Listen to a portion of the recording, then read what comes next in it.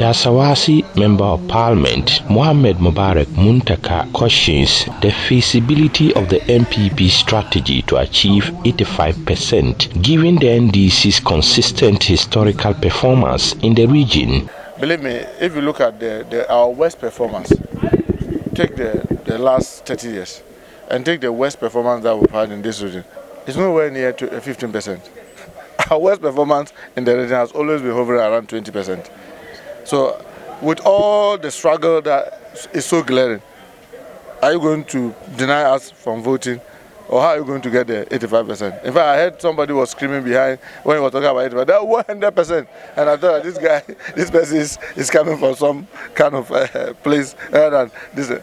The reality is that I'm very optimistic that this time around, we've always done 25, 28%. I'm very, very optimistic that this time NDC should be able to get at least about 32% of the votes in Ashanti Region. He also states that the NDC is not intimidated by the NPP's running mate, Dr. Matthew Opoku Prempeh. I mean, when you are talking about people who know what strategy is, you don't take people who, when they finish winning their primaries, they are in parliament. Because they don't really go through tough election. Once you finish winning primaries, you are in parliament. You don't know what strategy is. You don't know how hard work, how mobilization is done. And I can bet you, I mean, this is not a scary thing at all to us in NDC, I mean, the day of his inauguration, I thought I could have done far better than he did. I'm not an MPP. I'm not to advise. If it is me, he should continue messing up so that we'll take full advantage of that. But the reality is that we are not scared at all about what he's capable of doing. We know each other. We know our capabilities. We are equally up to the task, and we are very optimistic that this election is for us to lose, not for them.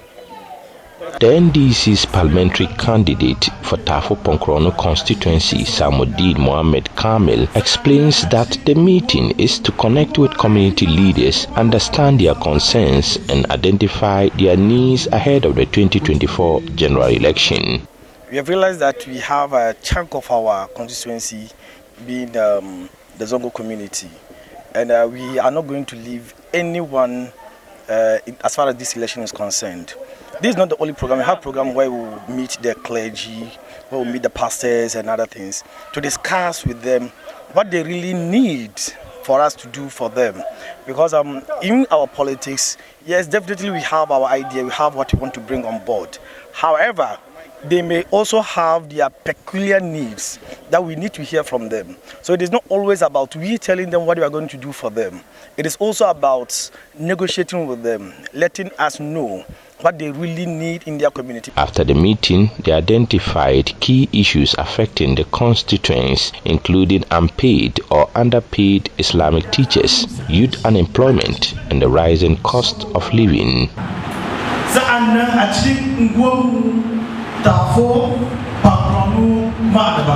Despite facing tough competition in the constituency, Samudeen remains hopeful about defeating the current Member of Parliament, Vincent Eko, whom he accuses of being absent and ineffective in addressing the needs of the constituency. We are not strictly going into this line of political, that thing has changed.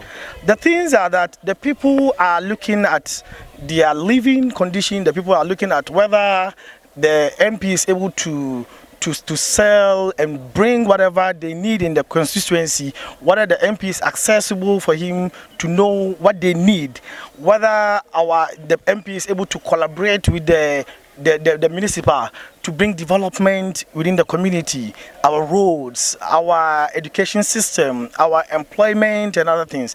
These are the real things that the people are looking at, and this is what lawyer is bringing on board.